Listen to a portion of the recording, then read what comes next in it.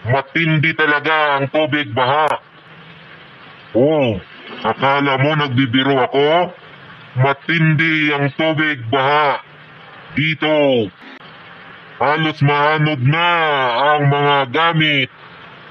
Ubos na kaanod. Tagatuhod sa loob.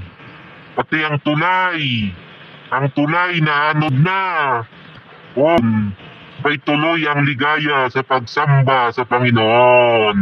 Mga pagsubok lang yan. Mga pagsubok lang yatin tanggapin. Magpakatatag lang. Yan kumbaga ay pagsubok na yan sa agos ng tubig.